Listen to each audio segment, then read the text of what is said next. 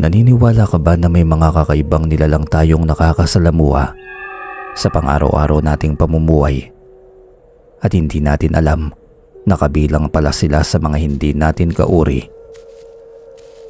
Sabi nga nila mas mabuti pang humingi ka ng tulong sa ibang tao kaysa sarili mong kamag-anak, dahil kapag nanumbat na ang kamag-anak, siguradong masasaktan ka lamang. Panganay sa 5 magkakapatid si Omel. Sa edad na 15 anyos ay tumutulong na siya sa pagtatanim sa bukid sa kanyang ama na si Mang Pablo. Sa katunayan ay nakikitanim lamang sina Omel sa lupain ng kanyang tiyahing mayaman na si Aling Marisol. Si Aling Marisol ay bunsong kapatid ng kanyang ina na si Aling Eden. Nakapag-asawa ito ng isang mayamang negosyante, kaya naman umasenso ito sa buhay. Kinamulatan na ni Omel ang pagiging mabait, mapagbigay at mapagmahal na kapatid sa kanyang ina at tiyahin niyang si Aling Marisol. Sa isang sikat na pamilya sa syudad ito nagtatrabaho noong dalaga pa, at doon ay nakilalang napangasawa nitong negosyante na nagmamay-ari ng isang sikat na kumpanya. Hindi naman nakapagtataka na nagustuhan si Aling Marisol ng mayamang negosyante, dahil bukod sa maganda nga ito, maputi pa't may magandang pangangatawan. Magaling din itong makipag-usap sa mga customer nila. Masayang-masaya ang buong angkan ni Omel nang ikasal ang kanyang tiyahin sa mayamang negosyante na si Ginoong Benjamin. Kumpleto ang buong angkan nila sa araw ng kasal ni Marisol. Sa unang buwan pagkatapos may kasal ni Aling Marisol ay palagi itong dumadalaw sa kanyang mga kamag-anak. At isa sa paborito nitong puntahan ay ang bahay ni Omel, dahil malapit ang kanyang ina na si Aling Eden sa kapatid nitong si Aling Marisol. Isang araw, malungkot na nagpaalam si Aling Marisol sa kanyang mga kamag-anak na sa ibang bansa na ito maninirahan kasama ang asawa. Walang nagawa ang mga magulang at kapatid nito dahil mahirap man mahiwalay sa kanila si Aling Marisol. Kailangan nilang tanggapin na may sarili na itong buhay. Nang makarating sa bansang Canada sina Aling Marisol ay palagi itong tumatawag kina Omel. Sa simpleng kumustahan ng kanyang ina at tiyahin ay naiibsan ng lungkot nito sa ibang bansa. Nang maging maayos na ang kanyang tiyahin sa bagong buhay sa Canada ay kinausap nito ang ama at ina ni Omel. Gusto ni Aling Marisol na mamili sila ng mga lupain na may mga tanim na abaka, at hindi nagtagal pagkalipas lamang ng 1 taon. Nakabili sila ng malawak na lupain na 2 hektarya ang lawak. Ang usapan ni na Aling Marisol at bayaw na si Mang Pablo, kapag gagapasin na ang mga abaka, ay ibabawas muna ang bayad sa mga trabahador bago nila hatiin ang matitirang kita. Kaya naman maging si Omel ay napilitan na ding magtrabaho dahil nanghihinayang siya sa perang ibabayad sa ibang tao. Sa paglipas ng mga buwan ay naging maganda ang takbo ng taniman ng abaka. Maging ang iba pang kamag-anak nila katulong sa pagtatanim sa bukid, ganun din sa paggapas ng abaka. Dahil sa sunod-sunod na magandang ani ay malaki ang kinita ng buong lupain na yon. Palagi magkausap sa telepono sa bayan sina Aling Eden at Aling Marisol. Naging magaan ang buhay nilang lahat. Maging ang Lolo Abner at Lola Maria ni Omel ay nakakatikim din ng kaginhawahan. Dahil sa kasipagan ng magama na sina Mang Pablo at Omel, 5 taon nang lumipas nakabili na rin sila ng sarili nilang palayan. May 2 kalabaw at napakaganda na rin ang bahay, kaya naman wala nang mahihiling pa ang pamilya nila hanggang sa isang malaking pagsubok ang dumating sa kanilang buhay. Isang hapon, umuwing luhaan ang ina ni Omel na si Aling Eden. Nag-aalala ng gusto ang binata na noon na si Omel, maging ang kanyang amay nagulat na inakala nila na baka napano na ang ginang. Sa pautal-utal na kwento ni Aling Eden ay sinabi nito na galit ang bunso niyang kapatid na si Aling Marisol. Nagsumbong kay Aling Marisol umano ang isa pa nilang kapatid na si Mang Larry. Nagkasagutan nga pala ang tiyuhin ni Omel na si Mang Larry at ang kanyang ama na si Mang Pablo.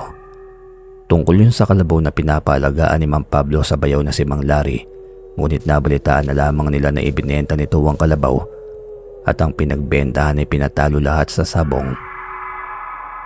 Kabaligtaran ang nangyari. Sa halip na si Mang Pablo at Aling Eden ang magsumbong kay Aling Marisol dahil sila ang nawalan, ay si Mang Larry pa talaga ang nambaliktad sa kanila. Ayon kay Aling Eden, marami na umanong nababalitaan si Aling Marisol tungkol sa tahasan nilang pamimili ng ari-arian gamit ang perang kinita nila sa abaka. Hindi makapaniwala si Omel sa kanyang naririnig.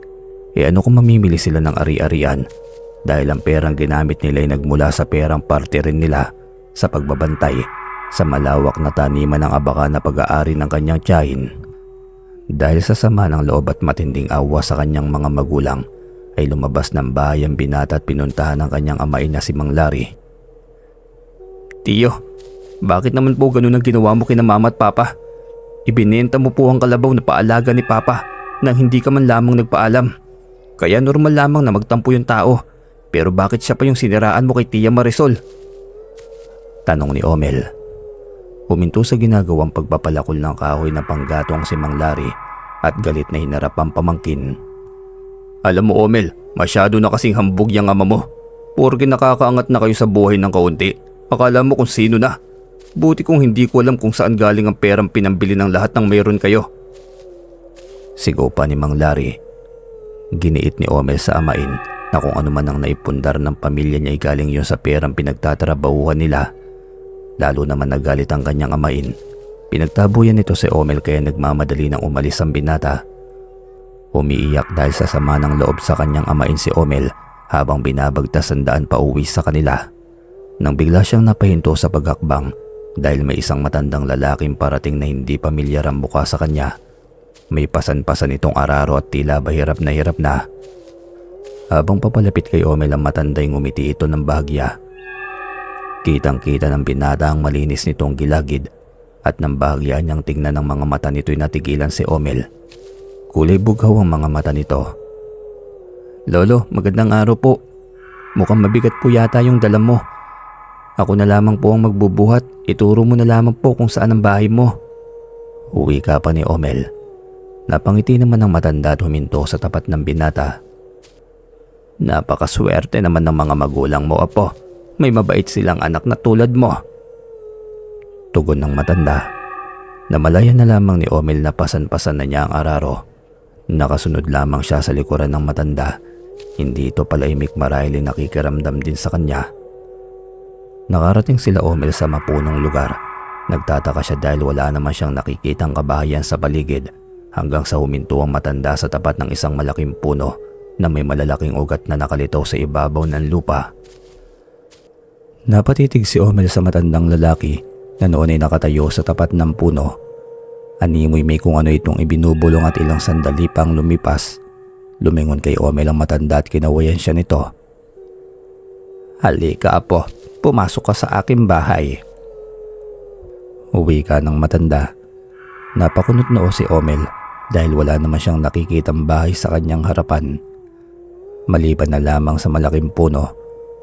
Bago pa man makapagsalita ang binatay, naramdaman na lamang niya ang bahagyang pagdampi ng kamay ng matanda sa kanyang balikat. Namalayan na lamang ni Omel na nasa isang lugar na siya kung saan may malawak na palayan. Ang palayan ay namumutaktak sa bunga. Ngunit kakaibang kulay ng mga butil ng palay na kanyang nakikita. Nagpalinga-linga siya sa paligid at hinahanap ang matandang kasama niya. "Huwag kang mag-alala apo, ang lugar na ito ay sagrado. Walang sino man ang mortal na makakarating dito maliban sa iyo." Uwi ka pa ng matanda. Napalingon si Omel sa pinagmumula ng boses. Nalingunan niya ang matandang lalaki na may hawak na isang kulay itim na hugis butil ng palay.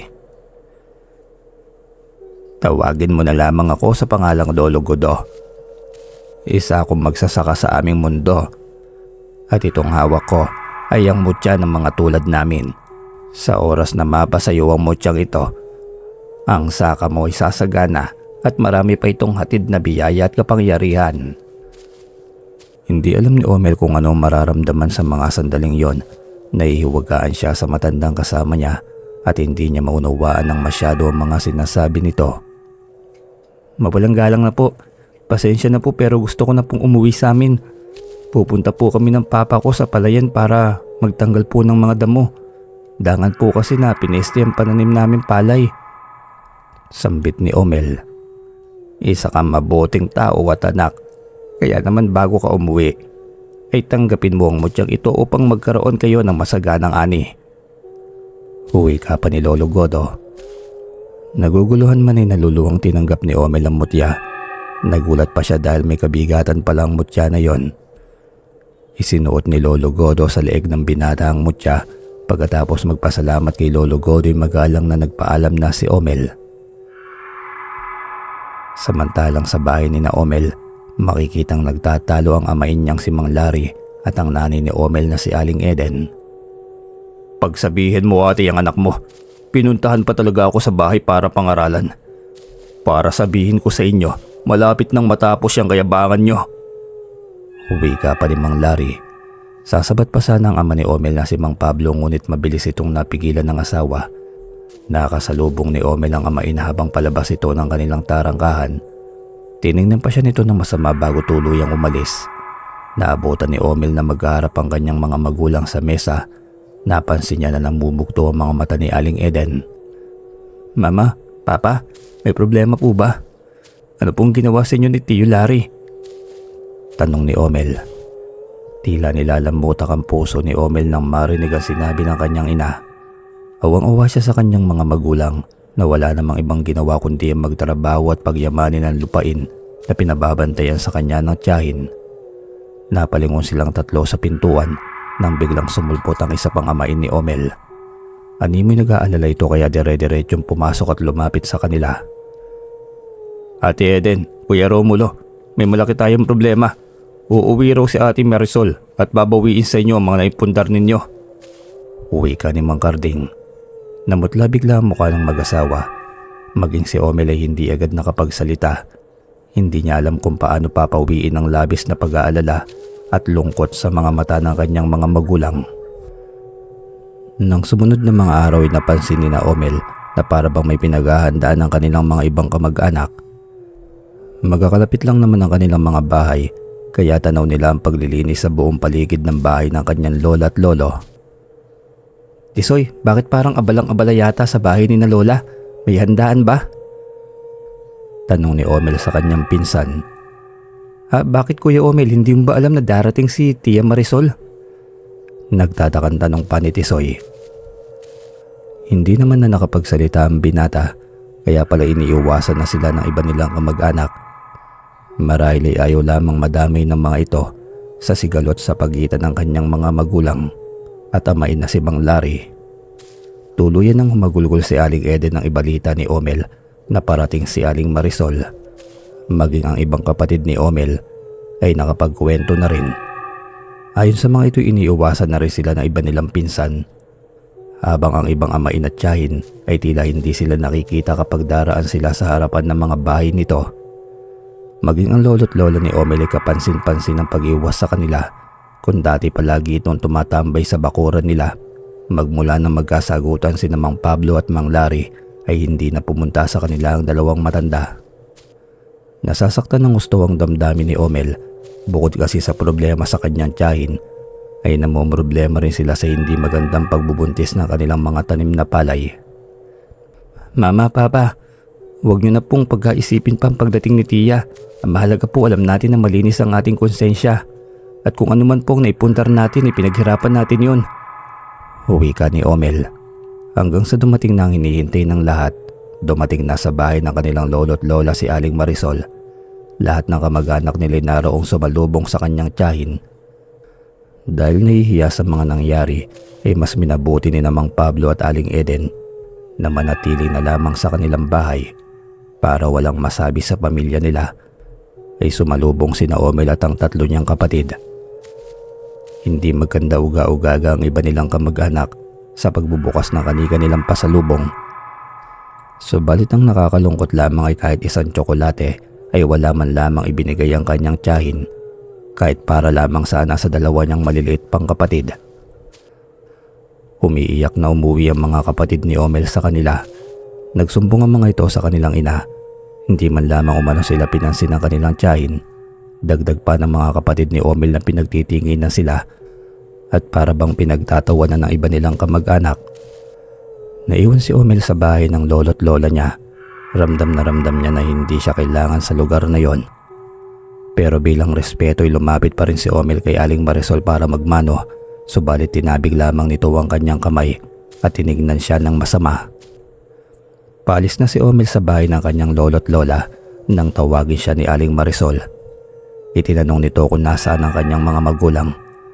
Katakot-takot na pangalipusta at pagbibintangan sinabi ni Aling Marisol laban sa kanyang pamilya. Nagtimpi si Omel na mas pinili na lamang na umalis.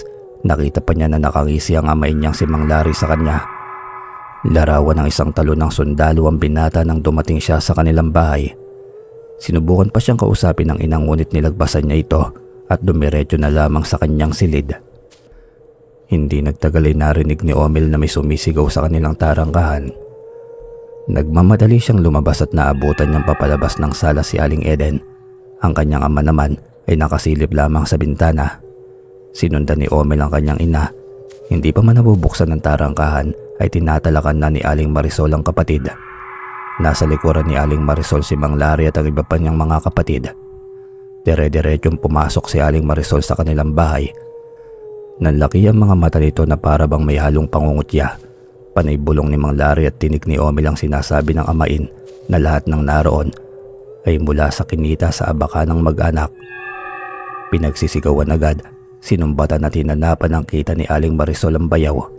Hindi nito binibigyan ng pagkakataon na magsalita si Mang Pablo. Umiiyak na lamang sa isang tabi si Aling Eden, bagay na ikinadurog ng puso ng gusto ni Omel. Tama na Tia Marisol, labis-labis na ginagawa mo sa mga magulang ko. Baka nakakalimutan mo po na nasa pamamahay ka namin at ang lupang kinatatayuan mo ay pag-aari ng aking ina. Uwi ka ni Omel. Pinamahiwangan ni Aling Marisol si Omel. Dinuro-duro at binura pa. Sinabihan sila ng ginang na walang utang na loob. Kung meron man pong walang utang na loob dito, ikaw yun. Bumili ka lang ng lupa pero kami ni ama nagpakahirap na magtanim at magbantay. Mula sa pagtatanim hanggang sa pag-ani. Ang hinihintay mo lang naman ay perang kinita mo. Kaya lahat ng nakikita mo rito ay katas ng dugo at pawis naming mag-ama. Diretsa ang sambit ni Omel. Hindi makapaniwala si Mang Pablo at Aling Eden sa mga sinabi ni Omel. Sinubukan nilang pigilan ng anak ngunit may sapat na itong pag-iisip para mga tuwiran at tama naman ang lahat ng sinabi nito. Dahil sa pagsagot-sagot ni Omel sa tiyahin ay sinuntok siya sa mukha ni Mang Larry, dahilan para mamilipit siya sa sakit. Umiiyak na pinigilan ni Aling Eden ang kapatid, ngunit maging si Aling Eden ay sinapak din nito. Sumugod na si Mang Pablo para gumanti sa bayaw, ngunit pinigilan siya ni Omel. Hayaan niyo na sila Papa. Huwag mong hayaan na mabahira ng dugo nila mga kamay mo, sapagkat sila yung mga taong talunan at batugan. Umaasa lamang sa biyaya mula sa ibang kamag-anak. Uwi ka pa ni Omel. Umalis na po kayo Tia Marisol. Huwag kang mag-alala. Kung may kakasaya mo'y kuhanin sa amin ang lahat ng pinaghirapan naming ipinundar.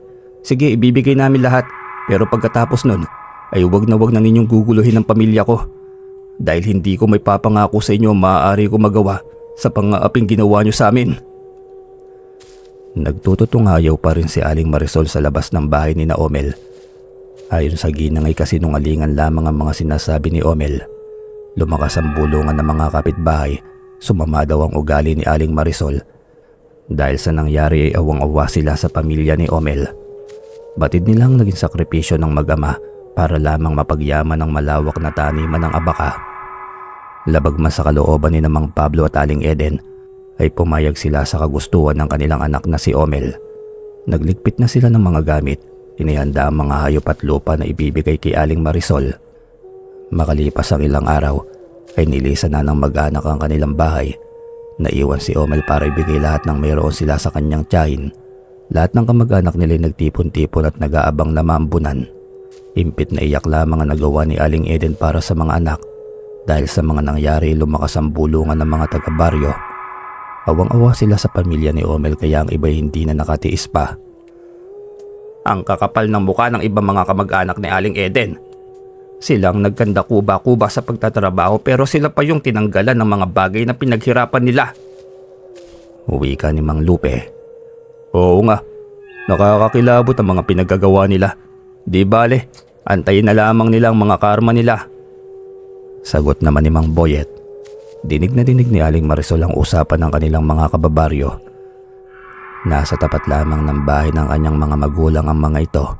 Hindi niya maunawaan ang kanyang sarili hanggang sa namalayan na lamang niya na umiiyak na pala siya.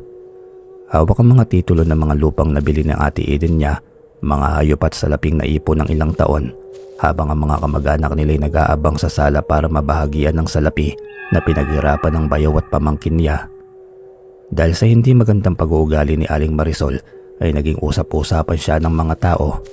Iniiwasan at iniismeran siya ng mga kapitbahay kapag nakikita o makakasalubong man lamang siya sa daan.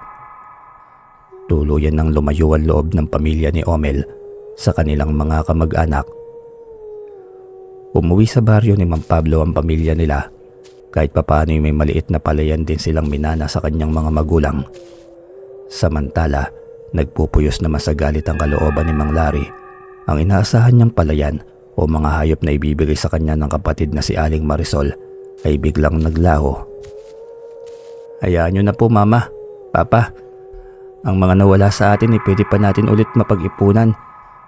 Ang mahalaga tahimik na tayo at malayo na sa kanila. Wika pa ni Omel. Tinanggap ng mag-asawa ng maluwag sa kanilang kalooban ang kinahinat-natan ng kanilang kabuhayan.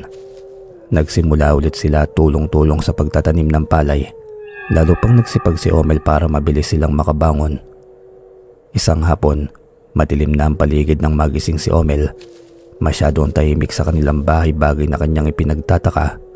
Nasanay na kasi siya sa maingay ng mga kapatid niyang maliliit. Tinawag ni Omel ang kanyang ina na si Aling Eden, ngunit hindi ito tumutugon kaya napabalikwas ng bangon si Omel at bigla itong kinabahan. Gising ka na pala anak. Halika, bumangon ka at may kailangan kang makita. Umahangos na sambit ni Mang Pablo. Nagmamadali namang bumangon si Omel. Papadilim na ng mga sandaling yon. Namalayan na lamang ng binata na nasa tapat na sila ng kanilang maliit na palayan. Naroon din ang kanyang ina at mga kapatid. Titig na titig ang mga ito sa kulay itim na butil ng kanilang mga buntis na palay. Tingnan mo anak, kakaiba ang butil ng mga palay natin. Sa tanang buhay ko ngayon pa lamang ako nakakita ng ganyang klase ng palay. Manghangturan pa ni Mang Pablo. Napahawak sa kanyang leeg si Omel. Nahawakan niya ang mutyang itim. Naalala niya noong nagtatanim silang mag-ama ng palay ay sinubukan niyang kausapin ng mutya. Makapangyarihang mutya ng magsasaka. Ako'y isang magsasaka na nagsusumamo sa iyo. Bigyan mo po sana kami ng magandang ani. Wika ni Omel. Napakislot si Omel nang tapikin siya sa braso ng kanyang ina. Nabasa niya ang pag-aalala sa mga mata nito. Ayon kay Aling Eden ay hindi kaya isang sumpa ang tumama sa kanilang palayan. Kung bakit naging itim ang kulay ng mga butil ng palay. Pinayapa naman ni Omel ang kanyang ina. Ipinaliwanag niya na isang malaking biyaya ang dumating sa kanilang buhay. Naguguluhan naman na nagkatinginan ng mga magulang ni Omel. Samantala, sa bahay ng mga lolo't lola ni Omel ay nagkakagulo ang lahat ng kamag-anak nila. Dumating ang isa sa mga tauhan na kinuha ni Aling Marisol at ibinalita nito na nagkandamatay na mga pananim na abaka sa malawak nitong lupain. Maging ang palayan na dating hawak ni Mang Pablo ay pineste rin ng mga pananim. Biglang nagkaroon ng maraming kuhol sa palayan at unti-unting nangamatay ang mga palay. Isang napakalaking dagok ang nangyari sa taniman ni Aling Marisol. Nakarating ang balita sa pamilya ni Omel. Hindi sila nag-iimikang mag-anak ngunit naging palaisipan sa kanila ang mga kakatuwang nangyari. Naisip pa ni Omel na baka may kinalaman nga ang mutya, ngunit ayaw niyang mag-isip ng masama kaya nanahimik na lamang siya at sinarili ang mga gumugulo sa kanyang isipan. Isang tanghali ang tapat, pauwi na si Omel para mananghalian. Hindi nakasama sa palayan ng kanyang ama dahil ilang araw na itong may trangkaso. Ilang di pa na lamang ang layo ng binata sa kanila nang maulinigan niya na maingay ang kanilang palayan. Nagmamadaling pumasok sa kanilang tarangkahan si Omel. Naabutan niyang umiiyak ang kanyang ina habang kaharapan tiyahin niyang si Aling Marisol. Nakatayo naman sa sala nila ang 3 pang amain at 2 pa niyang pinsan. Dinig na dinig ni Omel na pinagbibintangan sila nito na siyang sumumpa sa lupain at palayan nito at dahilan kung bakit nangamatay ang mga tanim na abaka at palay. Biglang nanginig ang mga tuhod niya at malakas na ibinalya ni Omel ang tarangkahan nila. Nandilim na ng tuluyan ang paningin ni Omel Ang pagod at gutom na nararamdaman ay biglang nawala. Napalitan ng galit at puot sa kanyang mga kamag-anak at ayaw silang tigilan. Sagad na talaga ang kasamaan ninyo. Binalaan na kita tiya na wag mo nang guguluhin ang pamilya ko. Pero sumunod pa rin kayo rito. Umalis na kayong lahat sa bahay namin bago pa mahuli ang lahat. Banta ni Omel. Inarap ni Aling Marisol ang pamangkin at binigyan ng mag-asawang sampal. Nanlaki ang mga mata ni Aling Eden habang nawala naman ng malay sa labis na sama ng loob si Mang Pablo. Dahil sa matinding galit ni Omel, hinawakan niya ang mutya na nasa kanyang leeg. Pagkatapos ay pumikit ito at bumulong sa isipan. Makapangyarihang mutya, ako ay nagsusumamo at tulungan na patahimikin ang aking tiyahin upang hindi na niya kami magawa pang guluhin. Makalipas ang ilang sandali, habang sigaw ng sigaw ang kanyang ina sa pag-aasikaso sa nahimatay niyang ama, ay bigla na lamang lumagapak sa saig si Aling Marisol. Nagsigawan naman ang kanyang mga amain, kabilang si Mang Larry sa mga ligagang gumigising kay Aling Marisol. Kitang-kita nila ang pagliit ng mga paa ni Aling Marisol. Ganon din ang utal-utal nitong pagsasalita. Hanggang sa tuluyan na nga itong nawala ng boses. Sumunod na lumagapak sa saigay si Mang Larry. Kung ano ang nangyari kay Aling Marisol ay siya ding nangyari sa kanya. Takot na kumaripas ng takbo palabas ng bahay ang iba pang amain at mga pinsan ni Omel sa takot na maging sila'y malumpurin at maging pipi. Ilam sa luha ang mga mata ni Aling Marisol. Nakatitig lamang ito sa mga mata ni Omel at tila hindi pa rin makapaniwala, habang si Mang Larry naman ay panayang sigaw subalit walang boses na lumalabas sa bibig nito. Nang may masmasan si Omel ay nagtataka rin siya. Marami na pala silang kapitbahay na nakasilip sa pintuan at bintana. Nako, yan ang karma sa mga yan. Masyado nila kasing inaapi at hinahamak ang pamilya ni Pablo. Kaya sinisingil na sila ng langit. Uwi ka ng isang matandang lalaki. Makalipas ang kalahating oras ay humahangos na dumating ang lolo at lola ni Omel. Galit na galit ang mga ito sa kanila nang makita nila na hindi makagalaw sa saig si Mang Larry at Aling Marisol. Pinagbintangan sila ng kanyang lola na mga mangkukulam umano sila. Tahimik lamang na nakamasid si Omel sa mga nangyayari. Hindi niya akalain na sa sobrang galit niya ay magagawa niyang maghangad ng masama laban sa kanyang kapwa. Lalo pat mga kamag-anak nila ito. May mga dumating na pulis sa bahay ni Omel. Inihabla sila ng iba nilang kamag-anak sa nangyari kina Aling Marisol at Mang Larry. Sa huli ay napawalang sala sila dahil walang matibay na ebidensya laban sa kanila. Nakaramdam ng awa si Aling Eden sa dalawa niyang kapatid. May hinala siya na may kinalaman ng kanyang anak na si Omel sa mga nangyari. Hanggang isang umaga, nagising si Omel sa ingay na nagmumula sa kanilang kusina. Nagulat ang binata nang biglang sumulpot sa kanyang harapan ng kanyang ina. Hindi ito makapagsalita kaya hinila ni Aling Eden ang kamay niya. Naabutan niya sa kusina ang kanyang ama. Nanlaki ang mga mata ni Omel nang makita ang ilang piraso ng itim na butil ng palay. Ano pong ibig niyong sabihin, Papa? May problema po ba? Buklatin mo ang butil, anak. Sagot ni Mang Pablo. Ganun nga ang ginawa ni Omel. Nang makita na kumikislap ang loob ng butil ay hindi pa siya nakontento. Kaya tuluyan niya na itong binuklat. Nanlaki ang mga mata ng binata nang makita na gintuan laman ng butil ng palay. Ganon din ang laman ng iba pang butil ng palay. Napahagulgol ng iyak si Omel at ang kanyang mga magulang. Inilihim ng pamilya ni Omel ang sikreto ng kanilang palay. Batid nila na magkakaguluhan lahat oras na mabalitaan ng ibang tao ang kakaibang butil ng kanilang palay. Mabuti na lamang at malayo sa baryo ang kanilang palayan. Sinubukan dalhin ni Omel at Aling Eden ang isang butil ng palay sa kanilang bayan. Ibinenta nila ito sa isang tindahan na bumibili ng ginto. Napatingin ng lalaki sa mag-ina na para bang sinusuri nito kung nakaw lamang ba nila ang ginto. Nakatingin lamang ng diretso ang mag-ina sa lalaki. Nakamasid naman sa labas ng tindahan ng dalawa pang lalaki. Binayaran ng malaking halaga ng lalaki ang isang ginto na binenta ni Omel. Napakunot ng noo si Omel nang malingunin niya na sumesenyas ang lalaking pinagbentahan nila ng ginto at ang dalawang lalaki na nasa labas ng tindahan. Nahulaan niya na may hindi magandang pinaplano ang mga yon sa kanila. Habang binabagtas ni Omel at Aling Eden ang daan pauwi sa kanila ay biglang napapikit si Omel. Nakita niya na may isang ibon na lumilipad papalapit sa kanila. Hindi na niya nagawa pang umiwas dahil bumangga na ang ibon sa kanyang katawan. Isang ibon na kilala sa tawag na Maya ang bumunggo sa katawan ni Omel. Nagkatinginan na mag-ina nang lumipad ng Maya palayo. Animoy pinasusunod sila nito. Lumihis sila ng daan at sinundan ang direksyon na pinuntahan ng ibon. Mula sa kinatatayuan nila ay nakita nila ang isang matandang lalaki na pamilyar sa kanya. Si Lolo Godo. Tulad ng una niya itong nakilala ay may pasan-pasan na naman itong araro. Saglit ko lamang pong puputulin yung kwento kasi medyo naguguluhan po ako dito sa salitang araro. Sa amin po kasi yung araro napakabigat po nun at hindi kayang buhatin ng isang tao lang. Pero baka sa lugar nitong si Eden, iba yung araro na tinatawag nila. Pa-comment naman po sa baba kung ano yung araro na tinutukoy nito. Yun lamang po. Ituloy na natin ang kwento. Nakangiti itong lumapit sa kanila. Tila naguguluhan naman si Aling Eden sa mga nangyayari. Para namang nabasa ni Lolo Godo ang iniisip ng ginang. Kaya hinarap niya ito at nagsalita. Sinabi ni Lolo Godo na mapalad itong si Aling Eden dahil napakabuti ng puso ng anak nitong si Omel. Bueno, ito na ang tamang panahon para sabihin sa iyo ang totoo. Isa akong engkanto at ang itinilaga para magtago at mangalaga sa mutya na pinagkaloob ko sa iyo. Ang mutyang hawak mo hindi basta-basta.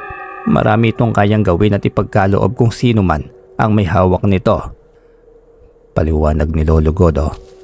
Marami pang ipinaliwanag si Lolo Godo kay Omel hanggang sa bigla na lamang nitong hinawakan sa noo si Aling Eden.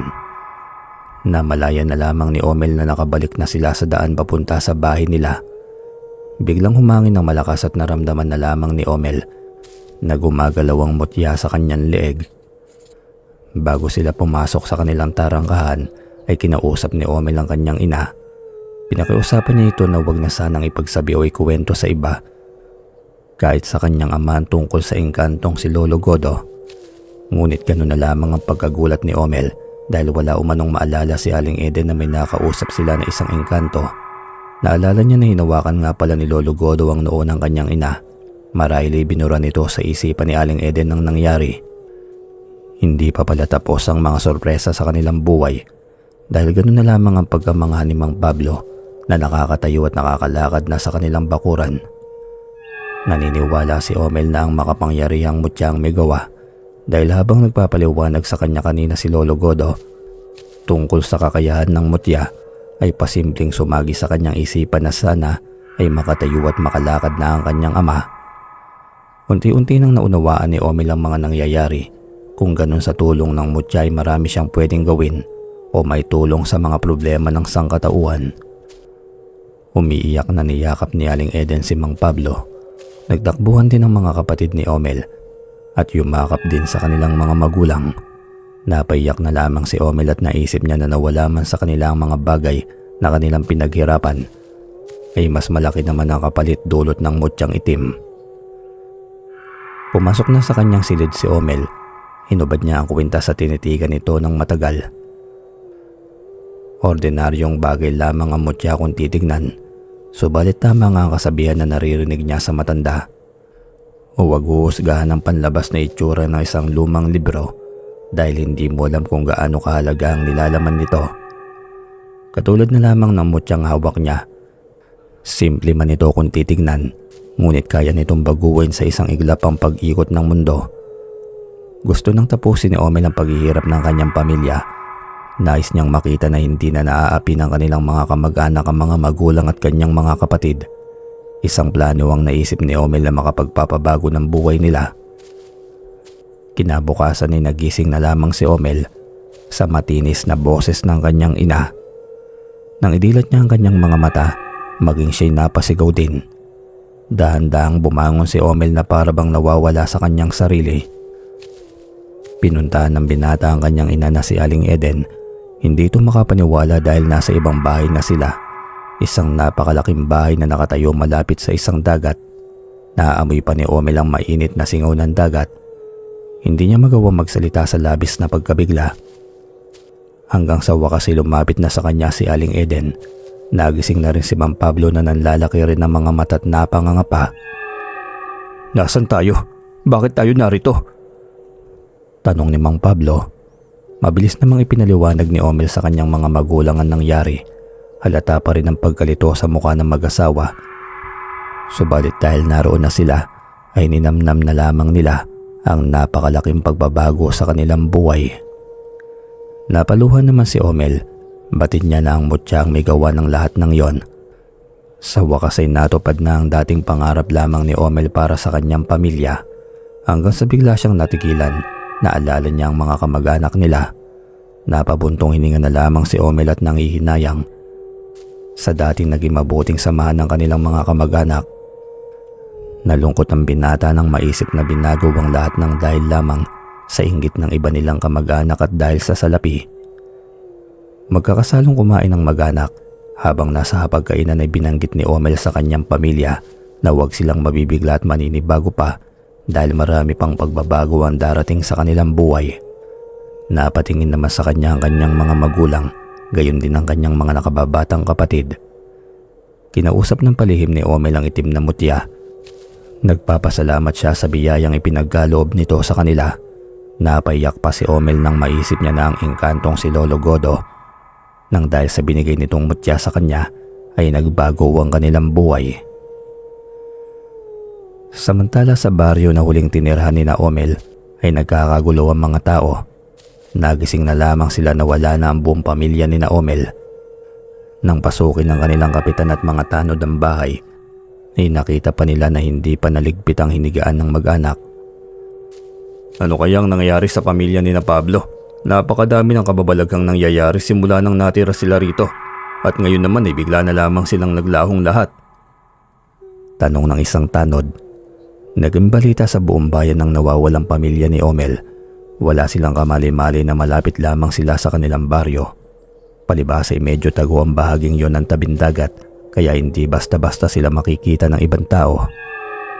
Samantala naman mula sa kanyang mundo ay masayang pinapanood ng engkantong si Lolo Godo ang biglaang pagbabago ng buhay ng pamilya ng bagong tagapag-ingat ng mutya na si Omel.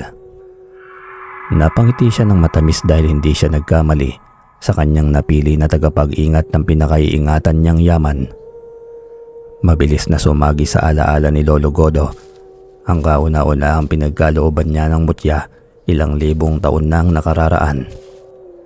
Isa rin itong magsasaka na inaapi-api rin ng mga kababaryo sapagkat ito'y may kapansanan kaya naman tampulan ito ng tukso ng karamihan. Dahil sa pagkahabag ay pinagkaloob niya ang mutya, subalit nagpaalipin sa material na bagay ang lalaki. Nalula ito sa kayamanang ibinigay ng mutya. Lahat ng hilingin nito'y dagli nitong nakukuha hanggang sa umabot na sa punto na ginamit nito sa kasamaan ng kapangyarihan ng mutya. Bago pa lumala ay binawi na ni Lolo Godo ito. Hindi ito matanggap ng lalaki na noon ay retokado na. Nagyabang ito at nanghamak ng mga mahihirap na tao. Kaya nagalit si Lolo Godo at binawi niya ang lahat ng kayamanan na ibinigay ng mutya. Bumalik sa pagiging mahirap ang lalaki. Tanging pagtangis at pagsisisi na lamang ang huling nagawa nito. Sinayang lamang nito ang pagkakataon at tiwalang ibinigay ni Lolo Godo. Napabuntong hininga na lamang ang matanda. Hiniling niya na sana'y hindi matulad si Omel sa unang mortal na humawak ng mutya na yon. Hanggat maaari ay ayaw sana ni Lolo Godo ang nakakaramdam ng lungkot dahil naaalala niya kung bakit napunta sa kanya ang pangangalaga sa mutya. At yun ay hindi isang biyaya kundi isang parusa. Kabilang sa matataas na uri ng engkanto si Lolo Godo. Naparusahan siya dahil sa maling pagbibintang sa kanya ng mababang uri ng engkanto.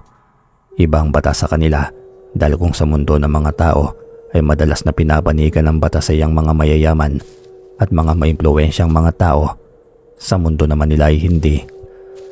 Hindi uso ang padrino sa mundo ni na Lolo Godo. Madalas na pinagkakaisahan ay ang mga engkantong maharlika ng mga mabababang uri ng engkanto.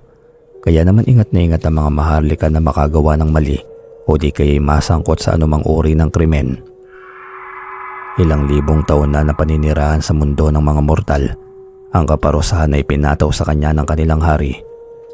Dahil sa labis na pamimigati ng kanyang mga magulang ay pinagkaloob ng mga ito ang mutya na minana pa nila sa kanilang mga ninuno.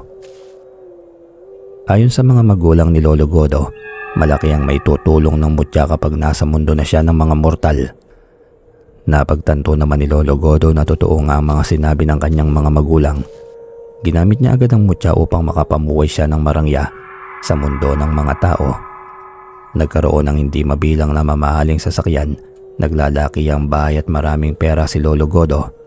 Nakihalubilo siya sa mga tao subalit kinalaunan ay nagsawa rin siya at mas pinili ang buhay na simple lamang sa lugar kung saan niya ginustong manirahang mag-isa. Dahil napahaba na sa pagbabalik tanaw si Lolo Godo, ay napakislot siya nang dumapo sa balikat niya ang ibong Maya. Udyat na yun na kailangan na niyang umuwi sa bahay niya at magpahinga. Samantala sa mundo naman ng mga tao ay hawak ni Omel ang mutya. Nagpasalamat siya sa limpak-limpak na salapi na nasa kanyang harapan.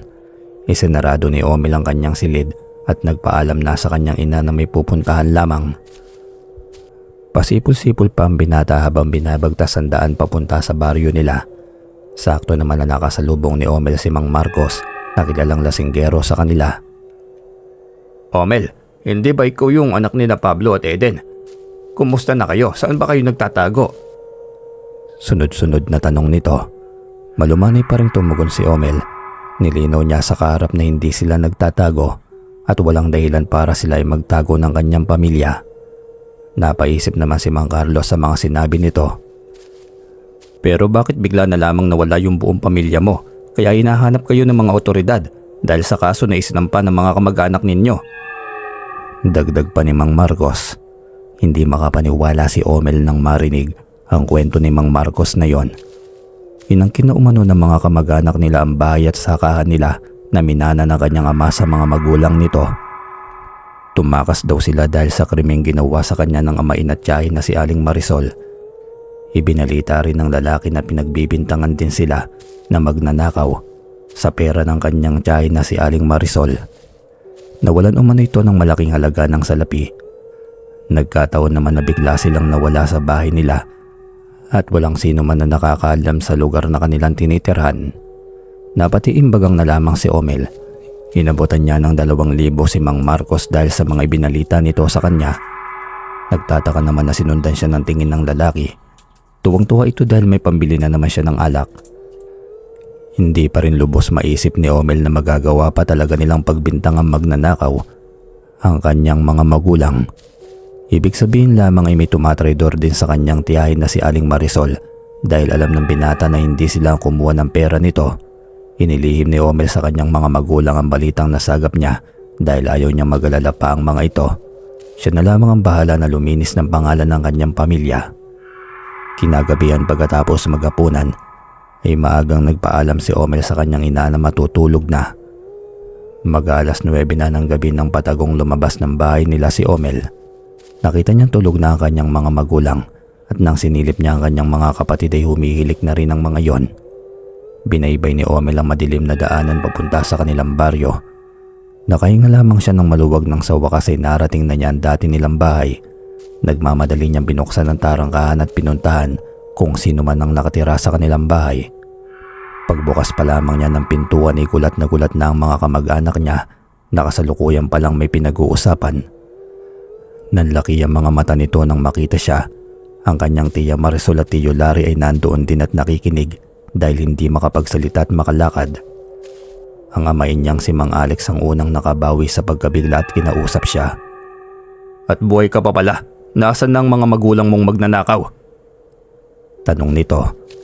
Nagpalakad-lakad si Omel sa harapan ng mga yon. Maging ang kanyang lolo't lola ay nagulat din. Napansin ni Omel na para bang gusto siyang tanungin ng kanyang lola. Ngunit inunahan na niya ito. Magnanakaw ba ka mo, tiyo? Sino kaya ang magnanakaw sa atin? Kami ba na mas piniling umalis sa sarili naming bahay na ito? O kayo na nag-uuna-unahan pa kung sino ang titira? Alam na alam niyong lahat na hindi pa man nakakapag-asawa si Tia Marisol ay amin na ang bahay na ito. Puno ng hinanakit na wika ni Omel. Natigilan ng lahat ng naroon. Ipinamulat sa kanila ni Omel ang tahasang kawalang puso ng kanyang mga kamag-anak na palayasin sila sa sarili nilang pamamahay. Nakita na lamang ni Omel na humahagulgol ng iyak ang kanyang lola. Naulinigan niya ang bulong na matanda na humihingi ng tawad sa pamilya ni Omel. Ang higit na masakit pa, alam niyo kung ano? Yung hanggang sa huli ay kami pa talagang pinagbintangan yung magnanakaw o nagnakaw ng pera ni Tia Marisol. Papatunayan ko sa inyo kung sino talaga ang magnanakaw. Sigaw pa ni Omel. Nanlaki ang mga mata ng tiyuhi ni Omel na si Mang Alex. Hindi ito makatingin ng diretso sa kanya, kaya nahalata niya na ito ang salarin. Sinubukan pang magsalita ni Mang Alex ngunit napahinto na lamang din ito nang makita ang isang bagay.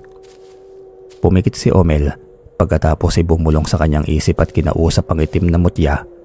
Titig na titig naman ng lahat ng kamag-anak nilang naroon. Napakunot naman ng noo si Mang Alex at kinabahan. Pinagpapawisan na rin siya ng malamig habang naghihintay sa susunod na mangyayari. Ilang sandali pa, biglang lumiwanag ang buong sala ng dating bahay ni Omel. Napasinghap ang lahat ng lumitaw ang aparisyon ni Mang Alex. Muntik nang mahulog sa kinauupuan niya si Mang Alex nang makita ang sarili sa isang pamilyar na silid. Hindi niya magawang lumingon sa kanyang mga kasamang kamag-anak dahil ramdam niya na nakatingin na ito sa kanya ng masama. Nasagot ang tanong ng lahat kung sino ba talaga ang tunay na magnanakaw ng perang nawawala na pag-aari naman ni Aling Marisol. Sa unay makikitang nakatayo sa pintuan ng kusina si Mang Alex. Kausap nito ang kanilang ina habang abala sa pagluluto at ilang sandali pang lumipas ay lumabas ng kusina ang kanilang ina, saka naman nagmamadaling pumasok sa silid na ipinagamit kay Aling Marisol si Mang Alex. Napaiyak na lamang si Aling Marisol na tila hindi makapaniwala sa nakikita. Dinig na dinig ni Mang Alex sa mahihina ngunit madiing pananalita ng kanilang ina. Napahawak sa mga bibig nila ang lahat ng naroon ng buksan ni Mang Alex ang lagayan ng pera ni Aling Marisol at kitang-kita sa aparisyon nito ang panlalaki na mga mata nang makita ang napakaraming pera. Nagmamadali nang lumabas ng kwarto ni Aling Marisol si Mang Alex. Dahil sa tensyong nagaganap ay nagmamadaling umalis si Mang Alex. Pinagmumura ito ng iba niyang kapatid at tinawag na traidor at magnanakaw. Nagmamadali na ring umalis si Omel at magaan ang loob na binagtas ang daan pabalik sa kanila. Sa wakas ay nalinis na niya ang kanilang pangalan. Kinabukasan ay nagulat ang mag-anak at dating kapitbahay ni Omel nang makita silang mag-anak na magkakasama. Marami ang natuwa nang makita silang kumpleto at meron din namang nangungutya dahil sa mga kumalat na balita laban sa kanilang pamilya.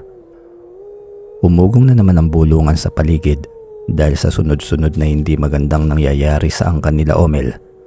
Umismid ang isang tiyahin ni Omel nang makita ang kanyang ina na si Aling Eden. Kaya po kami narito para bawiin ang sarili naming bahay. Mahal ng mama ko ang bahay na ito. At nakahanda akong magbayad ng kahit magkano, may balik lang sa amin to. Wika pa ni Omel. Nagbulungan ng mas malakas pa ang mga kamag-anak ni Omel. Nako, kanina lang ay kalmado ang panahon. Nang dumating kayo biglang lumakas ang hangin at tila may bagyo pa. Wika ni Mang Teban. Sinulyapan ni Omel ang amain. At bago pa ito makapagsalita ulit ay inilapag na ni Omel ang isang bungkos ng pera sa mesa. Hindi makapaniwala si Mang Teban at tila ba nag-iisip pa ng hindi maganda kung saan kinuha ni Omel ang ganoong kalaking halaga. Ang dami niyo namang pera, Omel. Napakaswerte mo naman. Uwi ka ng kababaryo nilang si Emil. Totoong mapera yung batang yan. Sa katunayan nga'y binigyan niya ako ng pera nung isang araw eh. Uwi ka ng isang lasenggo. Napalunok laway ang amain ni Omel pagkatapos ay nilapitan nito ang pera sa mesa at kinuha. Napuno na ang bakuran ni Omel nang dumating pa ang iba nilang kamag-anak. Nalaki ang mga mata ni Mang Teban nang dinagdagan pa ni Omel ang pera. Nagulat na lamang si Omel nang sabay-sabay na tumayo ang lahat ng kamag-anak nila at akmandadamputin na ni Mang Teban ng napakaraming salapi nang magsalita ang binata. Dito po sa harapan ko. Dito ninyo paghatian ng pera. Tawagin po ninyo ang isang nakatatandang miyembro ng isang pamilya na kamag-anak natin at pumunta rito. Wika pa ni Omel. Bawat tiyahin at tiyuhin ni Omel ay may parte sa perang ibinigay niya. Pantay-pantay ang halaga ng bawat isa at ang perang nawala naman sa kanyang tiyahin na si Aling Marisol ay ibinigay niya ng buo upang mawala na ang galit nito sa pagkawala ng pera. Hindi naman mapigilan ang luwa sa mga mata ng lolo at lola ni Omel. Binigyan din niya ang dalawa ng pera at maging ang lahat ng kababaryo nila ay nakatikim ng grasya mula kay Omel. Makalipas ang ilang araw ay naging maayos na ang lahat sa pamilya ni Omel. Nakabalik na sila sa dati nilang bahay habang bumibisita lamang sila sa malaki nilang bahay sa gilid ng dagat. Hindi na rin mabilang ang mga hayop na nabili nila, palayan at mga malalawak na lupain. Mabilis na kumalat ang balita sa buong bayan ni Omel sa hindi may paliwanag na yaman nila. Kung kaya't naging laman sila ng balita at usap-usapan. Samantala mga sariling kamag-anak at kababaryo ang kinuha ni Omel upang maging tauhan niya sa mga sakahan. Sapat na sa kanya na sa ganoong paraan ay nakakatulong siya sa lahat. Nang maging maayos na ang lahat, ay kusang loob na pinuntahan ni Omel ang tiyahin sa malaking bahay ng asawa nitong negosyante. Nahabag ang binata sa kalagayan ng kanyang tiya Marisol na malisibis ang luha ni Aling Marisol nang makita ang pamangkin. Sinubukan ni Omel na hingin ng tulong ng mutyang itim upang muling makalakad at bumalik sa normal ang paa ni Aling Marisol, subalit nabigo siya sa 3 beses na pagtatangka. Napaiyak si Aling Marisol dahil sa kabila ng kasamaang ginawa niya ay sinusubukan pa rin siyang tulungan ng kanyang pamangkin. "Patawarin niyo po ako, tiya. Sa ngayon ay wala po ako magagawa para matulungan ka sa kalagayan mo." Umiling-iling si Aling Marisol at hinawakan ng kamay ni Omel. Iginiit nito na walang kasalanan ng kanyang pamangkin sa nangyari. Lulugo-lugo na lumabas ng bahay si Omel. Pinuntahan rin niya ang amay na si Mang Larry. Mula sa tarangkahan ng bahay ng amain ay kitang-kita na nakaupo lamang ito sa isang kawayang upuan, malungkot na nakatanaw sa malayo. Bumuhos ang mga luha sa mga mata ni Omel. Nangako siya sa kanyang sarili na gagawin niya ang lahat upang may balik lamang ang dating masaya nilang angkan. Ganun pa man ay nagpapasalamat na rin si Omel dahil bumalik na sa dati ang kanilang samahan. Napatunayan niya na kahit gaano man kalaki ang sigalot na dumating sa isang pamilya, sa huli ay mananaig pa rin ang pagpapatawad at pagmamahal dahil isang dugo lamang ang dumadaloy sa mga ugat nila. Mula sa kinauupuan sa ilalim ng mayabong na puno ng mangga, malungkot na nakatingin sa malawak niyang lupain si Leon. Simula nang magkasakit ang kanyang tiyo Danilo, palagi niya nakikitang malungkot ang kanyang ama. Walang pagsidlan ng labis na kasiyahan si Omel. Nakikita niyang masayang nakikipagkwentuhan sa lahat ng kamag-anak nila ang kanyang ama at ina. Tuwang-tuwa ang buong baryo nang ibalita ni Omel na maghahanda sila para sa lahat. Nagalay sila ng misa at pasasalamat sa mga biyayang natatanggap nila. Nagpakati ng 3 baboy at mga manok ang binata at nagpabili ng iba pang masasarap na pagkain. Magkakasalo silang kumain ng buong araw ng linggo. Kinagabihan, maliwanag ang bilog na buwan kaya naisip ni Omel na magpalipas ng magdamag sa malawak na lupain na nabili niya. Plinano niyang mabuti ang mga itatayo niyang pabrika nang sa ganun ay magkaroon ng trabaho hindi lamang ang kanyang mga kamag-anak, kababaryo at maging ang mga taga-bayan. Hanggang sa gitna ng malawak na lupain na kanyang kinatatayuan ay nakarinig siya ng boses na kumakanta. Animoy inuugoy ng hangin ng tinig papunta sa kanya. Pinakinggan niyang mabuti kung saan nagmumula ang boses at napalingon si Omel nang may isang figura siyang nakita hindi kalayuan sa kanya. Kung hindi siya nagkakamali ay isang lalaki ang kanyang nakikita. Akman lalapitan na ni Omel ang figura nang bigla naman itong nawala sa kanyang paningin. Nagpalingalinga ang binata at hinanap ang lalaki. "Kumusta ka na, apo? Ako ba ang hinahanap mo?" Boses ng isang matandang lalaki. Nalingunan ni Omel si Lolo Godo. Biglang nagregodo ng kanyang dibdib sa labis na tuwa. Mabilis na itong nilapitan at nagmano. "Lolo, matagal ko na pong ipinapanalangin na makita ka muli para makapagpasalamat po ulit sa lahat-lahat ng tulong mo dahil sa mutya na ibinigay mo sa akin." Sa kauna-una ang pagkakataon ni napaiyak na rin si Lolo Godo. Simula nang huli silang nagkita ay sinubaybayan na niya ang lahat ng ginawa nito at mas masaya si Lolo Godo dahil napatunayan niya na hindi siya nagkamali. Sa ikalawang pagkakataon na nagtiwala siya sa isang mortal na pinagkalooban ng makapangyarihan na itim na mutya. "Apo, ako nga ang dapat na magpasalamat sa iyo dahil hindi mo ko binigo. Pareho lang tayong natulungan ng mutya. Kaya ipagpatuloy mo lamang ang maganda mong nasimulan. Mas marami ka pang matutulungan sa mga darating na araw dahil ikaw ang itinakda na magiging tagapagligtas ng sangkatauhan." Mahabang litanya ng matanda. Umagulgol ng iyak si Omel. Habang buhay niyang hindi makakalimutan ng mga sul-ngasul na mga matang yon. Saka huli-huli ang pagkakataon iniyakap at nagmano ulit si Omel kay Lolo Godo. Tanda ng respeto at pasasalamat sa lahat. Hanggang sa biglaan na lamang natigil si Omel. Naalala niya ang kalagayan ng kanyang tiya Marisol at tiyo Larry. Huminga muna siya ng malalim at kinausap muli ang matandang engkanto. Lolo, batid ko po nakalabisan ng sasabihin ko, pero ikaw lang po makakatulong sa kanila. Nakikiusap po ko na sana gumaling na sina tiya Marisol at tiyo Larry. Napakunot na noo si Lolo Godo. Naalala niya ang mga pagpapahirap na ginawa ng magkapatid sa pamilya ni Omel. Subalit bilang nakatatanday dapat lamang siyang maging huwaran, kaya naman sinagot niya ang binata. Bueno, dahil sa kabutihan ng iyong kalooban ay pagbibigyan kita. Pagdating mo sa inyo, puntahan mo na agad ang tiyuhin at tiyahin mo. Ihaplos mo lamang sa mga paa nila ang mutya at gagaling na sila kaagad. Uwi ka pa ni Lolo Godo. Ganun nga ang ginawa ni Omel. Nang makarating siya sa kanila, nagbihis lamang siya at nagmamadaling pinuntahan ang kanyang amain. Nagulantang ang pamilya ni Mang Larry dahil sa 10 oras ng gabi na pangangatok ni Omel. Tulog na tulog si Mang Larry nang madatnan ni Omel. Sinenyasan niya ang asawa at mga anak nito na huwag gigisingin. Ilang sandali pa'y pasimpleng hinubad ni Omel ang kwintas na mutya. Pagkatapos ay inihaplos sa 2 maliliit na paa ng amain. Pagkatapos ng paghaplos ay kinumutan ng binata ang amain nito. Ayaw niyang tingnan kung may nagbago nga ba sa mga paa niya. Ang nais niya lamang ay sorpresahin siya nito. Kapag kinabukasan ay makita na niya itong naglalakad muli. Hayaan niyo lamang pumatulog si Tiyo at sana po huwag ninyong sasabihin sa kanya na pumunta ako rito. Pakiusap ni Omel sa asawa ng amain niya. Ganon din ang ginawa ni Omel sa kanyang tiyahin. Tulad ni Mang Larry ay tulog na ito. Nagpaalam si Omel sa asawa ni Aling Marisol na may gagawin lamang. Inaplos niya ang mga paa nito gamit ang mutya. Pagkatapos ay nagmamadali na siyang nagpaalam sa amain. Kinabukasan mag-aalas 6 pa lamang ng umaga ay magkasunod na katok na narinig ni Omel. Nang sipatin niya ang orasan sa dingding ay napagtanto niya na maaga na pala. Tatayo pa lamang sa higaan si Omel nang biglang narinig niyang sumigaw ang kanyang inay.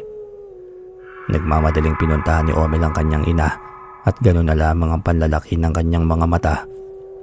Napahinto sa paglalakad si Omel dahil palapit na sa kanya ang kanyang tiyo Larry at tiya Marisol at normal na ang mga itong naglalakad. Niyakap ng mahigpit ni Omel ang kanyang amain at tiyahin.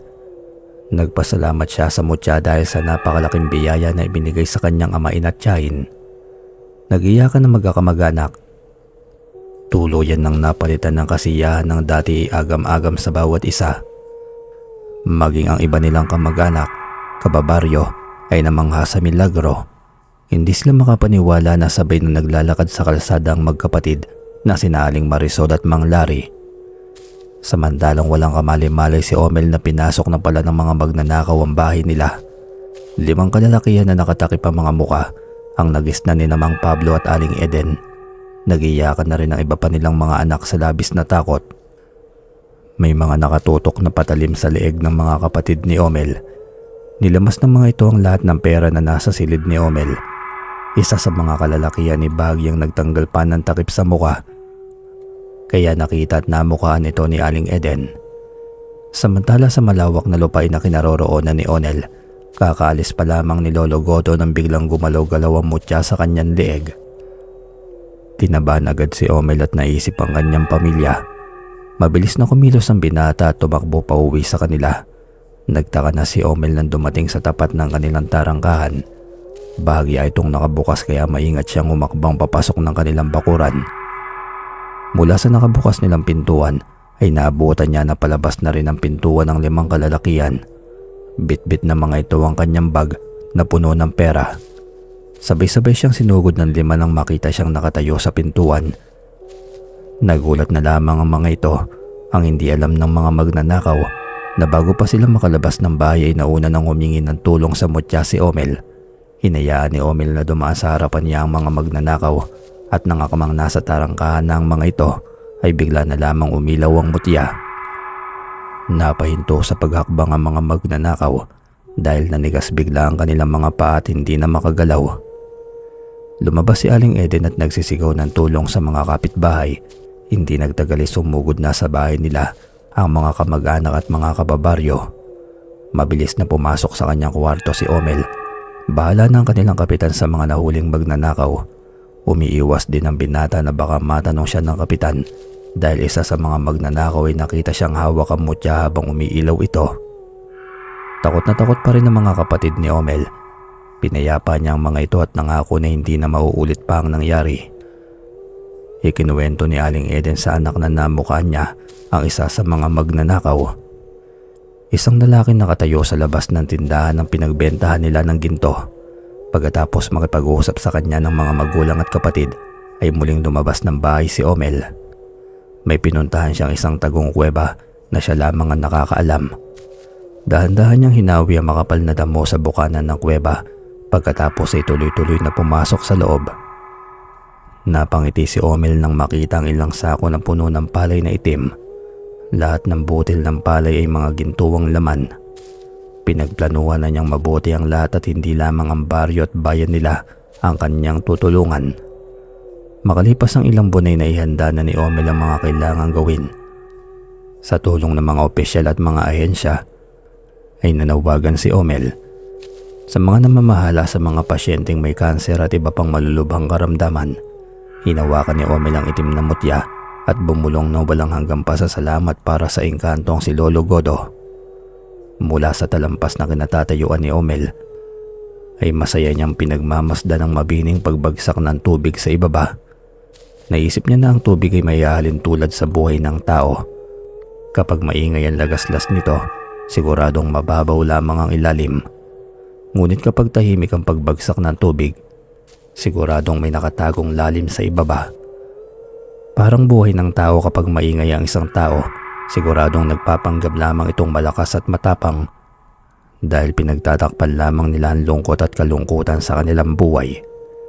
Subalit kapag tahimik na tao, madalas sila yung mga taong matatapang na tahimik na lumalaban sa hamon ng buhay at sila din yung mga taong asinsado na ngunit mas pinili nilang itago at mabuhay ng normal at tahimik. Makalipas ang ilang taon ay tuluyan ng umunlad ang baryo at buong bayan ni Omel. Sa tulong niya ay malaki na ang pinagbago ng kanilang lugar. Nakilala rin si Omel dahil sa iba't ibang ahensya na kanyang natulungan. Isang mabait na pilantropo ang naging bansag sa kanya ng karamihan. 27 taong gulang na makapag-asawa na si Omel. Isang babaeng dayo sa kanilang lugar na ang pangalan ay Lisa. Nagkaroon sila ng 3 supling na pawang kalalakihan. Isang umaga'y masayang pinapanood ni Omel at asawa niyang si Lisa ang pagtatakbuhan ng kanilang mga anak sa kanilang malawak na bakuran. Hanggang sa sabay-sabay na lumapit sa mag-asawang 3. Nag-uunahang magpakarga kay Omel ang mga anak na may 6, 5 at 3 taong gulang. Walang pagsidla ng kasiyahan ni Omel habang kinikiliti ang 3 niyang mga anak na pare-parehong may kulay asul na mga mata. Nang mapalingon si Omel sa kanyang asawa ay kumabog ang dibdib niya dahil tulad ng 3 nilang mga anak ay kulay bugaw din ang mga mata ng kanyang asawa na si Lisa. Samantalang mula sa kinaroroonan ni Lolo Godo ay masayang pinapanood ng matandang napakasayang pamilya ni Omel. Napangiti siya ng matitigan ng asawa nitong si Lisa. Napatingin sa mayuwagang salamin si Lolo Godo. Tulad niya minana ng kanyang anak at mga apo ang kanyang bugaw na mga mata. Hanggang dito na lamang po ang kwento. Maraming salamat po sa inyo.